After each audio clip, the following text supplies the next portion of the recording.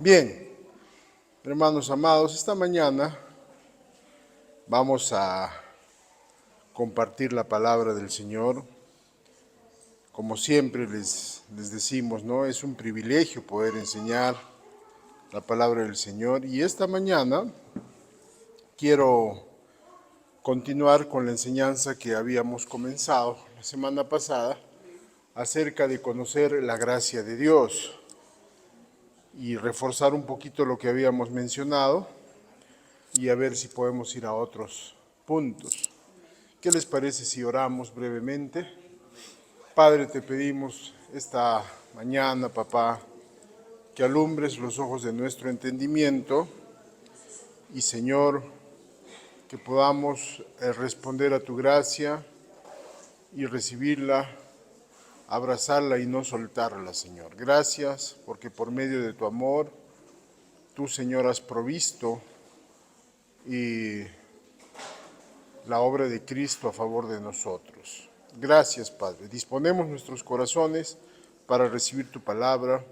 En el nombre de Jesús, todos decimos amén. Bien, hermanos amados, siempre por favor les pido que pongan sus celulares en modo avión para que no les suene mientras estamos escuchando la palabra, ¿verdad? O en modo silencio, ¿no? No hay problema. Bien, les decía la semana pasada, hermanos amados, que hablar de la gracia del Señor y conocerla son dos cosas diferentes, ¿verdad? De hecho, no conocer la gracia de Dios, su propósito, por qué Dios ha dado su gracia, muchas veces ha provocado cierta confusión en la iglesia, en muchos hermanos, que de alguna forma se resisten a recibir la gracia del Señor porque creen que la gracia del Señor es permisiva, ¿no?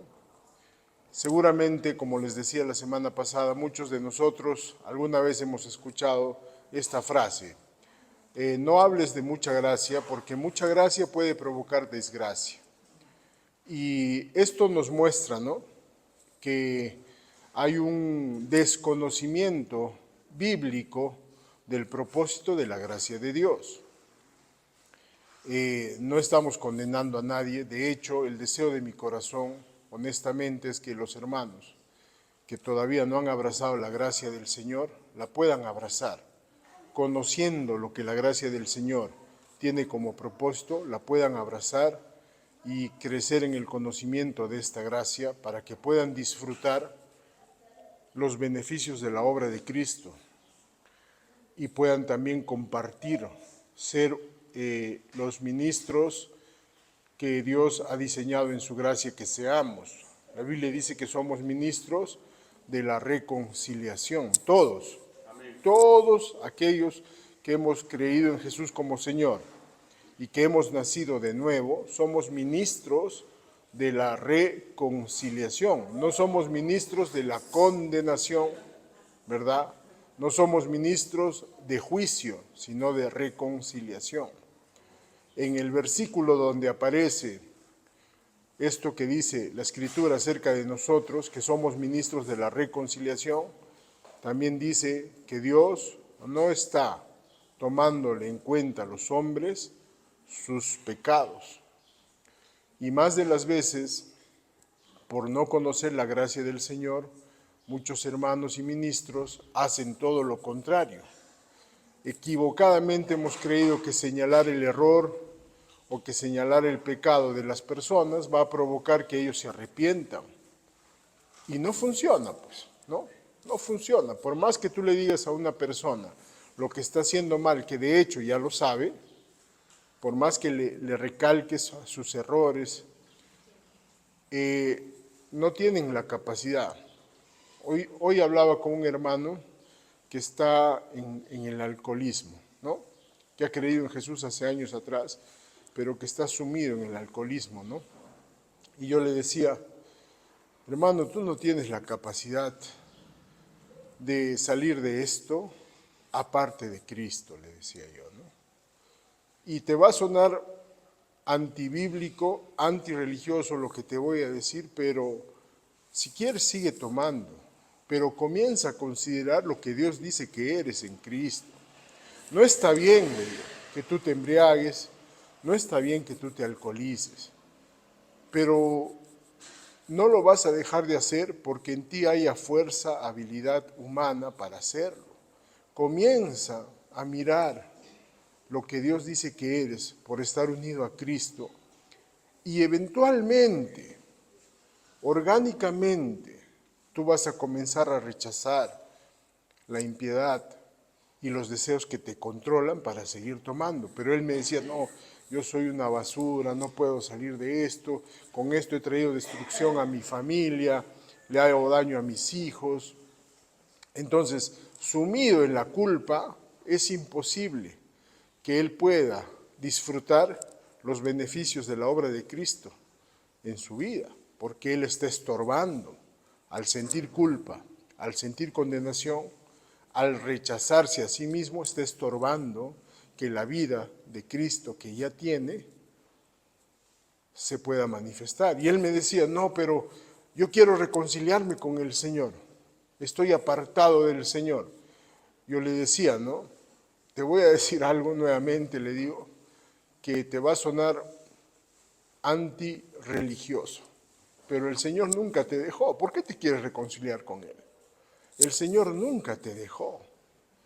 Aun cuando tú estabas en el alcoholismo, en las drogas, con mujeres, con prostitutas, destruyendo tu vida, el Espíritu de Dios siempre estuvo ahí. Y hay un modelo bíblico. No es que, o sea, tú te vas a fornicar, el Espíritu Santo está contigo, aunque estés fornicando. Suena antirreligioso, ¿sí o no? Suena feo, ¿no? ¿Cómo vas a decir que el Espíritu Santo está en mí si estoy engañando a mi mujer? ¿Cómo voy a decir que el Espíritu Santo está en mí si estoy robando, si estoy estafando? ¿Cómo me puedes decir eso? Suena antirreligioso.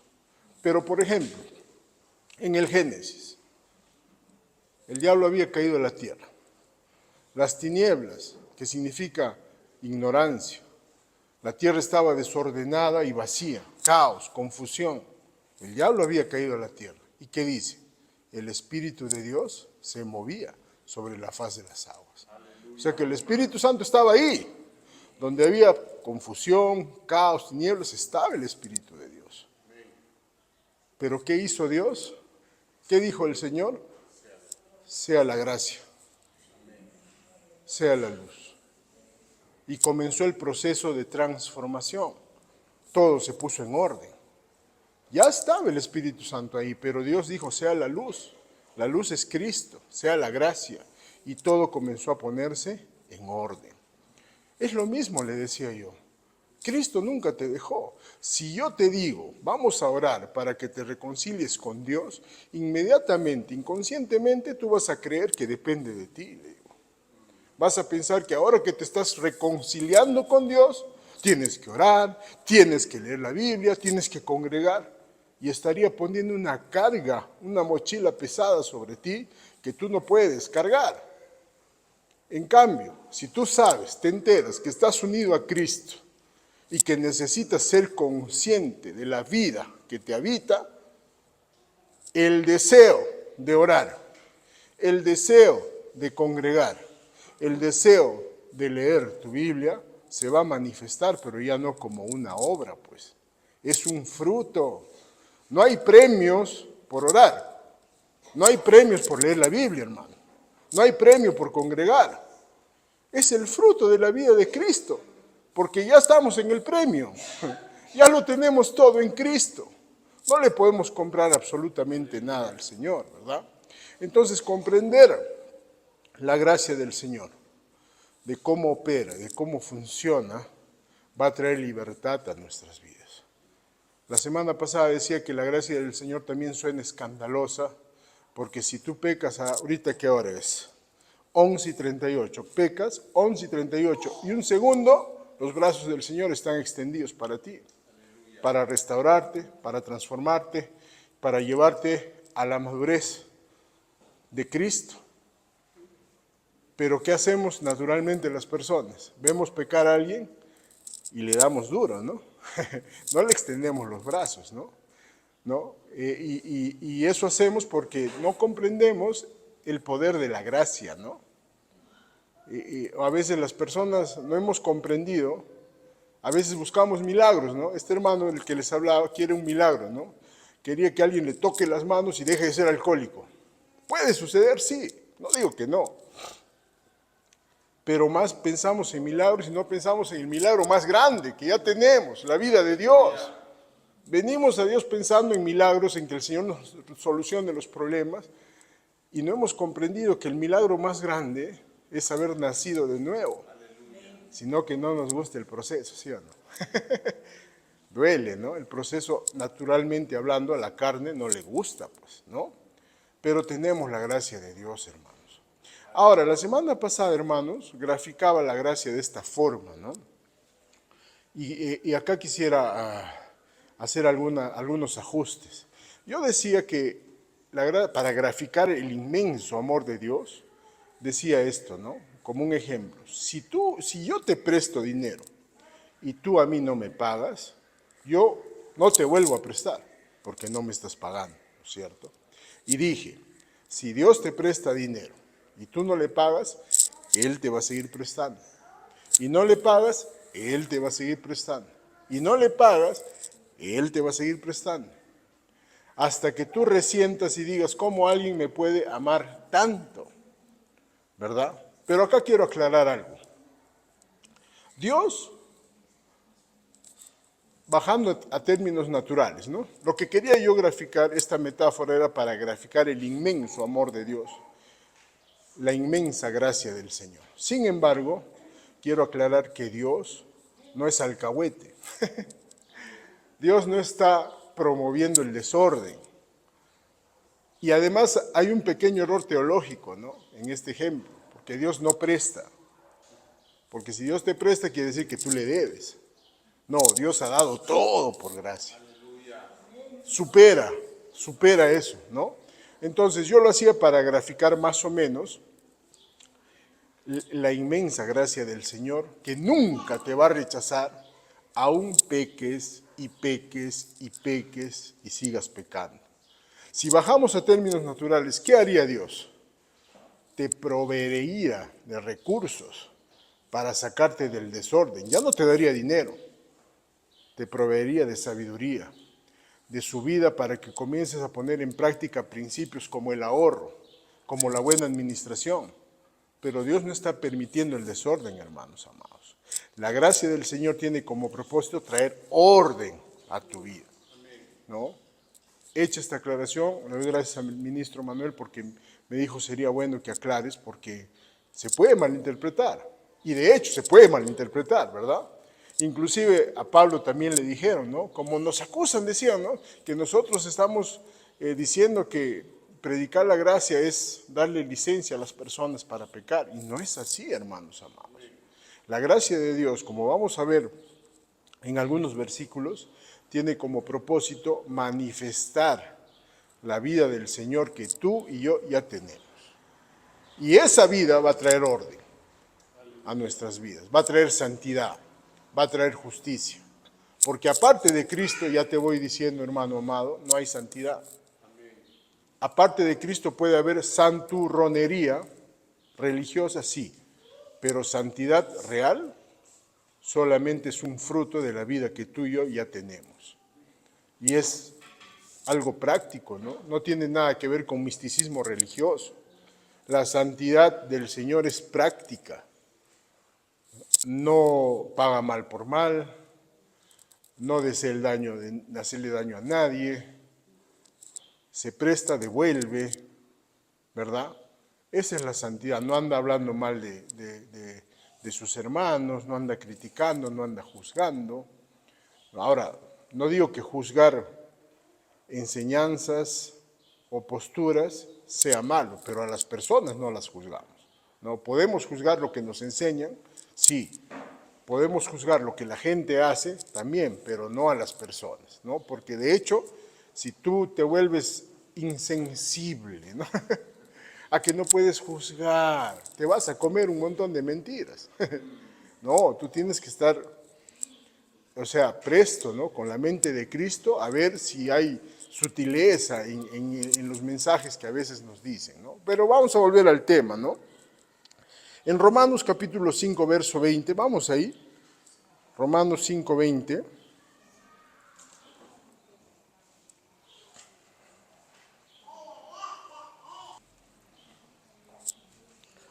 Dice la palabra del Señor: pero la ley se introdujo para que el pecado abundase. Mas cuando el pecado abundó, sobreabundó la gracia. ¿Ven? Tremendo, ¿verdad? Ahora, la ley tenía como propósito señalar el pecado. La ley no tenía como propósito salvar a nadie, ¿verdad? La ley tenía como propósito señalar el pecado. En el contexto, Pablo está hablando de la grandeza del sacrificio de Cristo. El pecado de Adán trajo muerte, pero la obra de Cristo trajo salvación. Y es mucho más grande, ¿no?, que el pecado de Adán. Y Pablo sigue diciendo, ¿no?, en el versículo 21 dice: para que así como el pecado reinó para muerte, miren, así también la gracia del Señor reine por la justicia para vida eterna mediante Jesucristo, Señor nuestro. Y ahora, Pablo en el capítulo 6 advierte lo siguiente, para que no se malinterprete. Romanos capítulo 6, verso 1, Pablo dice: ¿qué pues diremos? ¿Perseveraremos en el pecado para que la gracia abunde? Lo aclara, ¿verdad? Lo que es necesario aclarar para que, si tú estás escuchando por el video o si tú has creído que la gracia del Señor es permisiva, este versículo lo aclara. Dice así: ¿qué pues diremos? ¿Perseveraremos en el pecado para que la gracia abunde? Verso 2, en ninguna manera.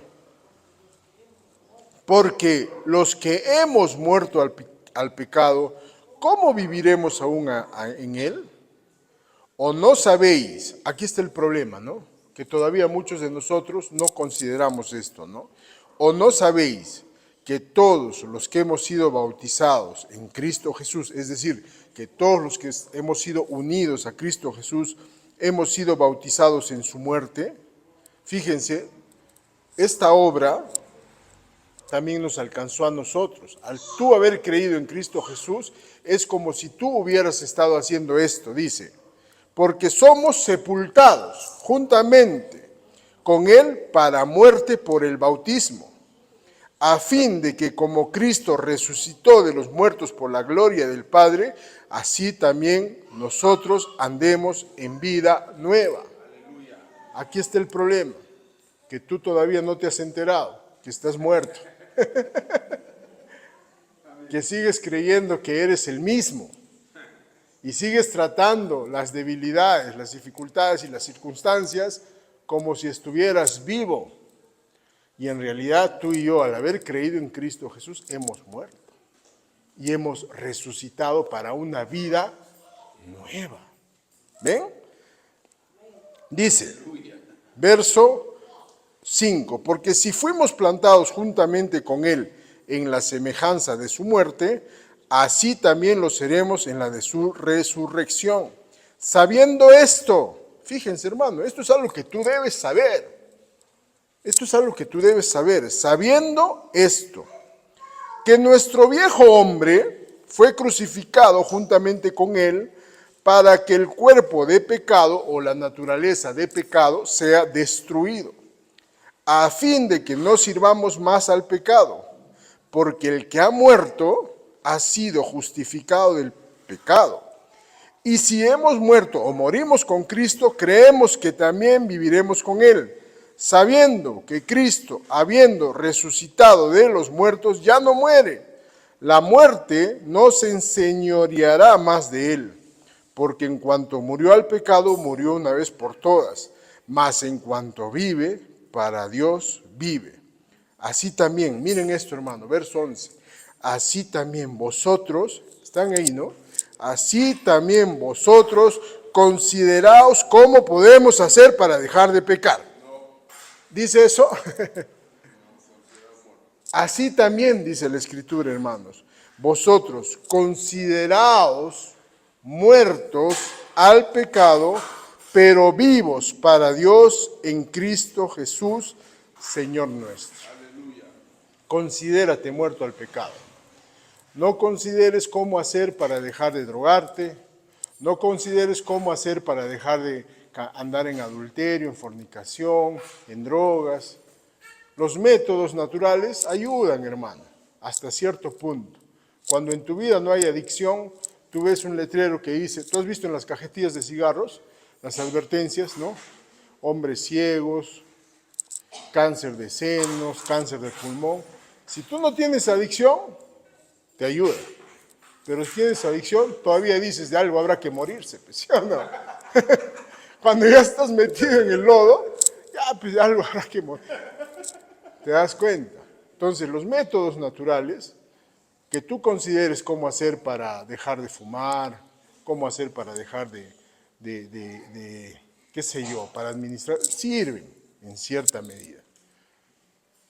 Pero lo que más sirve, bíblicamente hablando, es considerarte muerto al pecado. Y yo he aprendido, hermano amado, por ejemplo, ¿no? Y te animo a esto. Una de las confesiones que me han ayudado mucho a afirmar mi corazón para permitirle a Dios expresar su vida es decir esto. Casi todas las mañanas lo digo, ya no vivo yo, Cristo vive en mí. Y la vida que vivo ahora en mi carne, lo vivo en la fe del Hijo de Dios. Gracias, Padre.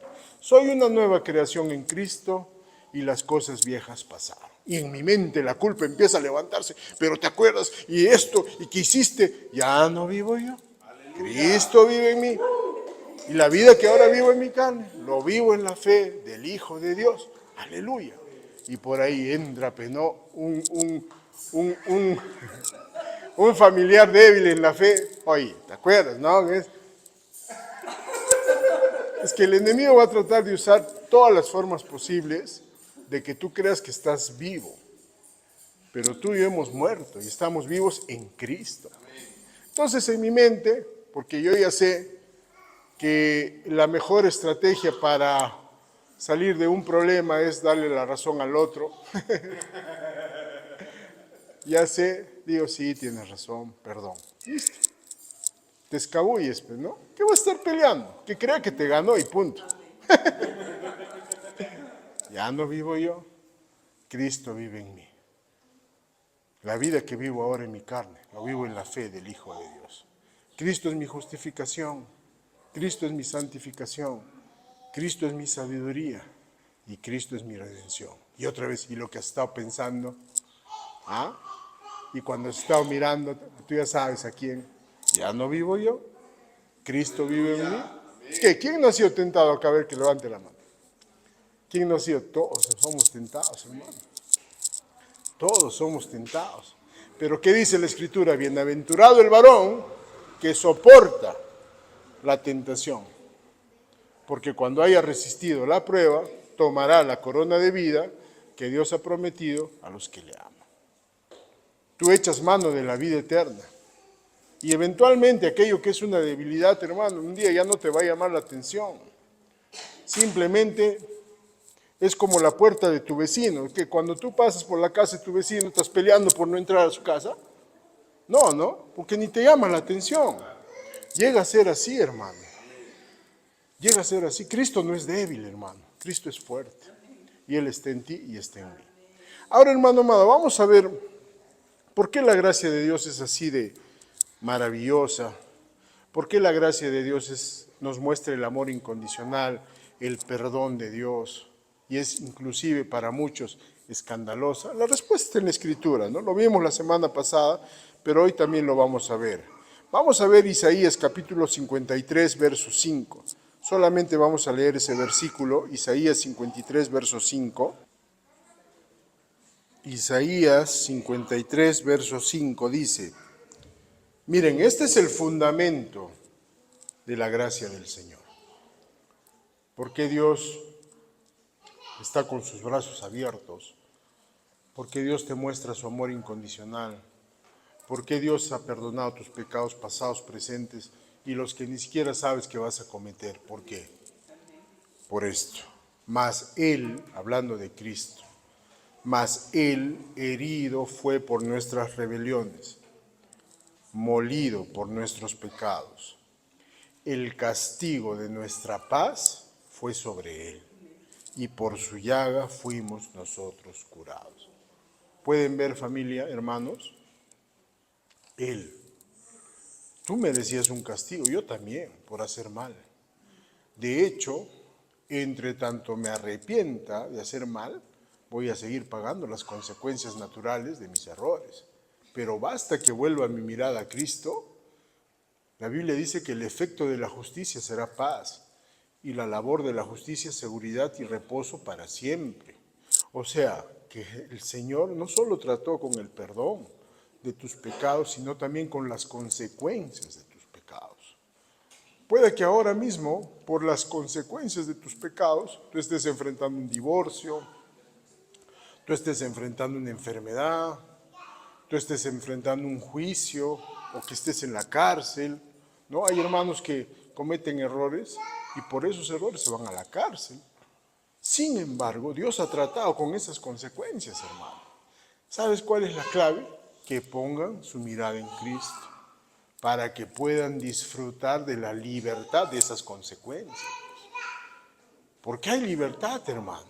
Pueda que para la ley natural tú merezcas cadena perpetua, por ejemplo. Nosotros tenemos un sobrino que por meterse, de esto hace años atrás, él vivía en Lima, en un barrio, ¿cómo le dicen? Picante, ¿no?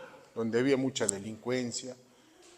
Y él, lejos de apartarse de estas personas, empezó a hacer amistad con ellos y entró en esa onda de atracar, de robar.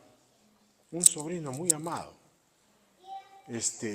muy cercano a nosotros, pero entró en esa onda y cuadraba, acá le dicen cuadrar, ¿no? Que estás yendo en la esquina y ¡pum!, te cogotean y chapan tu celular. Entró en esa onda. Y un día con sus dos amigos estaban en una pollería armados para robar esa pollería. Y la policía les cayó y los metieron presos. Nosotros nos enteramos, ¿no? Nos dolió bastante. A mí se me caían las lágrimas porque yo lo había visto nacer, crecer, desarrollarse. Para mí era un niño inocente, ¿no? Yo lo recordaba así, pero cuando se fue a vivir a Lima, se fue a un barrio picante, es donde él cae en esto, y Manuel y yo, ya creyentes, cómo nos dolía en el alma verlo así, mi sobrino, preso, verlo en la televisión, en los periódicos, se te parte el alma, es algo doloroso, ¿no? Sin embargo, nos agarramos de la gracia del Señor. Nos agarramos de la gracia del Señor. Y nos pusimos de acuerdo con Manuel un día en la tienda, nos pusimos a orar por él. Y expresábamos, gracias Padre, Cristo Jesús es su justificación, su santificación. Cristo es la vida de nuestro sobrino, Señor, gracias. Orando por él, comenzamos a orar en el Espíritu Santo, oramos en lenguas. Estábamos orando en lenguas un buen tiempo y vino el gozo del Señor. Nos empezamos a gozar y ya, tremendo. Y vino la paz del Señor. ¿Cuánto tiempo habrá estado Manuel? 3 meses habrá estado en prisión. Y por la justicia de Cristo él salió en libertad. Tenía para estar muchos años más. ¿Estaba pagando las consecuencias de su error? Sí. Pero la gracia del Señor lo alcanzó y lo restauró. Él salió de la prisión y se enderezó, ¿verdad? Se enderezó, ahora tiene una bella familia, vive en el extranjero, le está yendo bien. Porque Dios es bueno, pues hermano. Por eso nosotros podemos echar mano de la justicia de Dios. No seamos de los que condenamos, juzgamos, no seamos de los que digamos se lo merece. No, hermano. Cristo pagó. Si Cristo no hubiera pagado, bueno, se lo merece. Tú y yo también. Así que el que no tiene dinga, tiene de mandinga, como ese refrán. Todos nos merecíamos morir, hermano. Pero ¿qué dice la Biblia?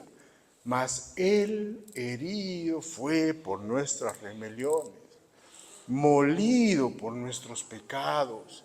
El castigo que tú y yo merecíamos por hacer mal, por pecar, fue sobre Él. Ese es el fundamento de la gracia. Dios quería manifestar su amor, pero ninguno de nosotros alcanzaba. Por eso envió a su Hijo a morir por nosotros. Él fue el sacrificio perfecto por nuestros pecados. Y solo en Cristo, hermano, hay perdón. Y solo en Cristo hay salvación. No te esfuerces en decirle a la gente lo que está haciendo mal. Esfuérzate en decirles que Cristo es su justicia, que Cristo es su santidad, que en Cristo hay libertad. Ahora, nosotros señalamos a Cristo, pero el que transforma es el Señor. Por eso debemos señalar a Cristo a las personas, para que cuando lo reciban y crean en Él, la vida de Cristo los transforme. Amén. Entonces, el fundamento de la gracia, estamos conociendo la gracia del Señor, el fundamento de la gracia es la obra de Cristo. ¿Qué más hace la gracia del Señor? Tito, capítulo 2, verso 11. Dice la Escritura, hermanos amados,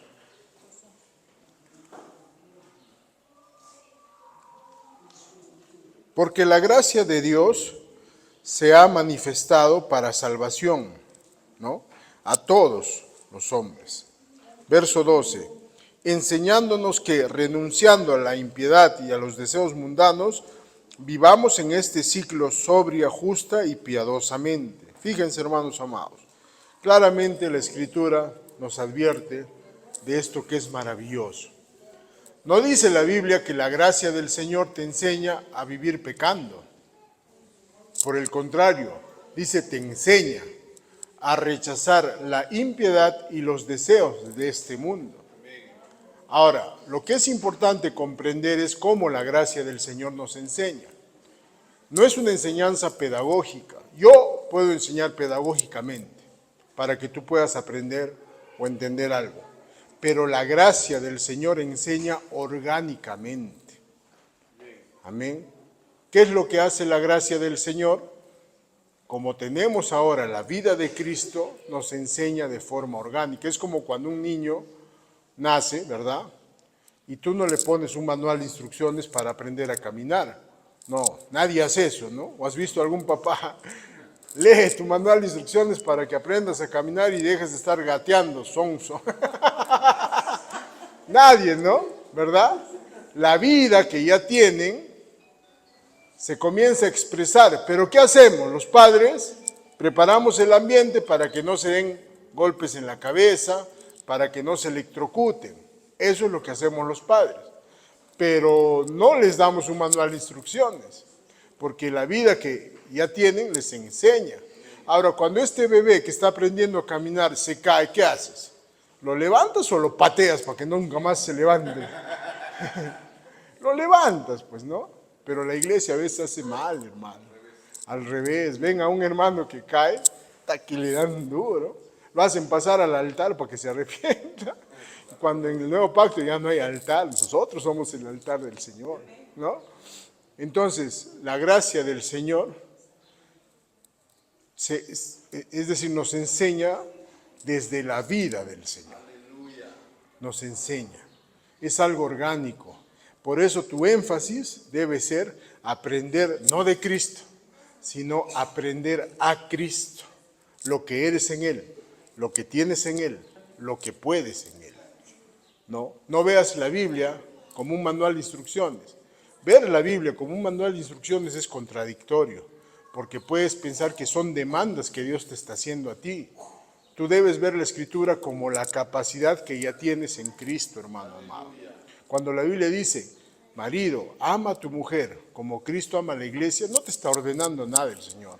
Te está diciendo, tú tienes esa capacidad en Cristo, de amar incondicionalmente, de pasar por alto la ofensa. Mujer, sométete a tu marido. Yo a ese desgraciado. No está diciendo eso la Biblia. mujer, sométete a ese desgraciado. No, en el Señor. Es un sometimiento espontáneo en el Señor. Mujeres, es en el Espíritu Santo. No seas rebelde. ¿Ven? Entonces, si tú ves la Biblia como un manual de instrucciones, te vas a frustrar, pues. Te vas a ver, yo no alcanzo. No doy la talla. Y te vas a sentir condenado.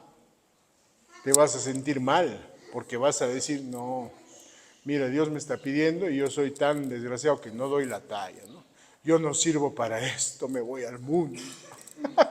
No, es tu capacidad. Pueda que no lo estés viendo ahorita manifestándose, pero en la medida en que tú reflexiones, yo puedo amar a mi esposa como Cristo ama a la iglesia, gloria a Dios. Yo puedo amar a mi esposa, yo me puedo someter a mi marido. Así como la iglesia se somete a Cristo, yo me puedo someter. Entonces comienzas a funcionar en el diseño de Dios, y el orden viene a tu vida, hermano amado. Ya no lo ves como una imposición, ya no lo ves como alguien obligándote. Si esa fuera la intención del Señor, obligarnos a hacer algo, ¿para qué envió a Jesús? ¿Para qué Cristo es tu vida? ¿Está de adorno el Señor en ti? ¿Cómo ves al Señor en ti?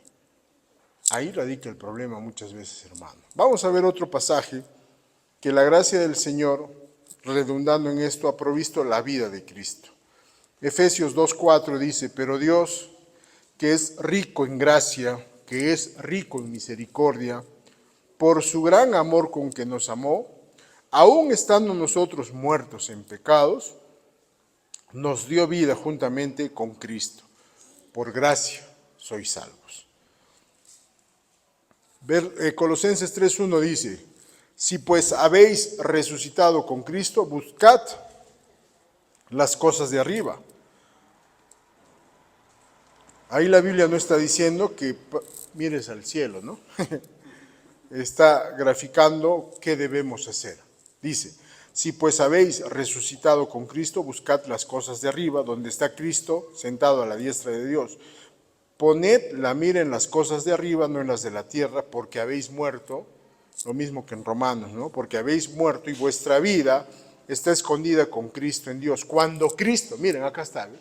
Cuando Cristo, que es vuestra vida, se manifieste, vosotros también seréis manifestados con Él en gloria. Entonces, ¿qué Dios nos ha dado por su gracia?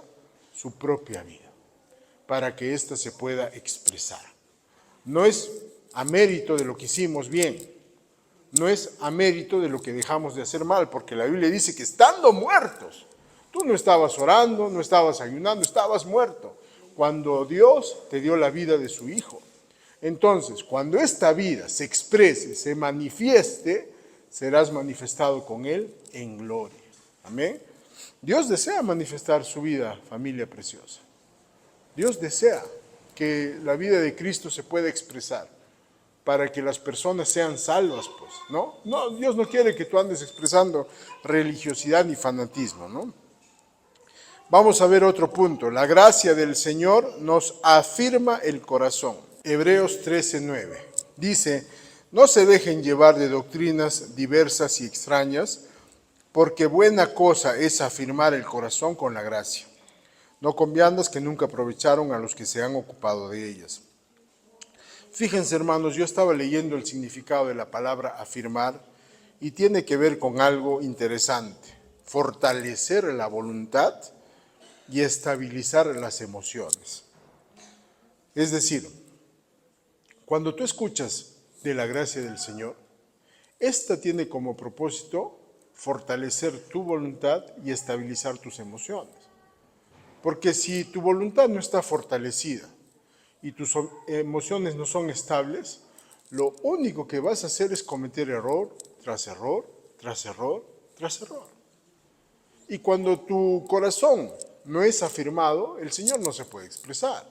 Romanos 12:2 lo dice de esta forma: no se amolden al sistema, no se conformen a este siglo, sean transformados mediante la renovación de su alma, de su corazón, para que puedas comprobar que la voluntad de Dios es buena, es agradable y es perfecta. Ni siquiera dice para que puedas probar que Dios es bueno. No, para que puedas comprobar. Es decir, para que puedas experimentar todo lo bueno que Dios ya nos ha dado en Cristo Jesús, necesitamos afirmar nuestros corazones, estabilizar nuestras emociones y fortalecer nuestra voluntad. Solo de esa forma Dios va a poder expresar su vida, hermano. Porque si tú eres un desbalanceado emocionalmente, si hoy día dices sí, mañana dices no, si comienzas una... Yo me acuerdo que cuando no era creyente era iniciador de todo, acabador de nada.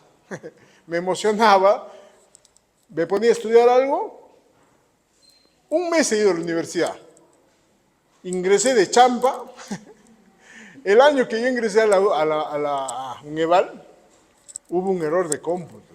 Fui a postular por si acaso, ingresé en tercer puesto, ni yo lo podía creer, porque no había estudiado, no me había preparado, ¿qué había pasado? Y todos los chancones estaban peleando porque no habían ingresado.